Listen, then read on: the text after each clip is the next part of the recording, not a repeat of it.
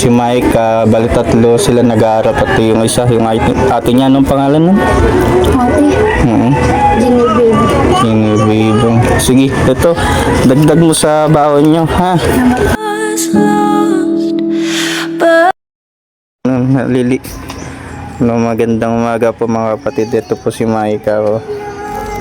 Wait lang. Anong oras ang pasok mo, Maika? Alas 12. Alas 12. Sino pang nag-aaral sa inyo?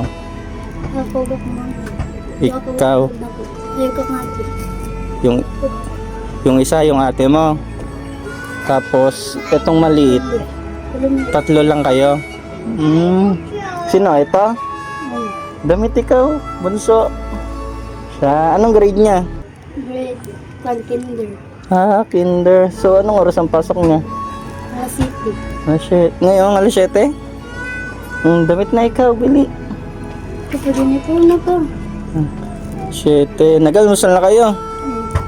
Buti naman nakapag-almusal na kayo. Ano yan? Sa apas din kayo napasok, diba? Ayan, naglalakad lang kayo? Magmotor. Sakay di ba?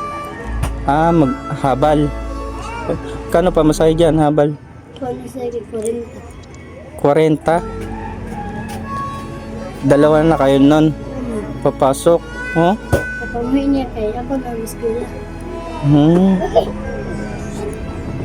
Ito po. Ang pangalan nito?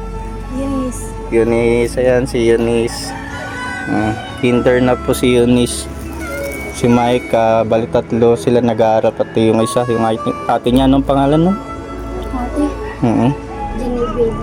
Genevieve. Sige, ito, dagdag mo sa baon nyo, ha?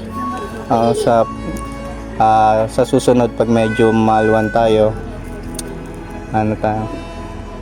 bigyan ko din kayong dagdag pambaon pa, ha? Mag-aaral kayo mabuti, no? Para may marating at maayos na buhay na kayo. Anong oras ang out nun, yung isa? Alas 10? Sino magsusundo sa kanya? Ay, oo, sa bagay, alas 12 pa yung pasok mo no? Isang uwi mo?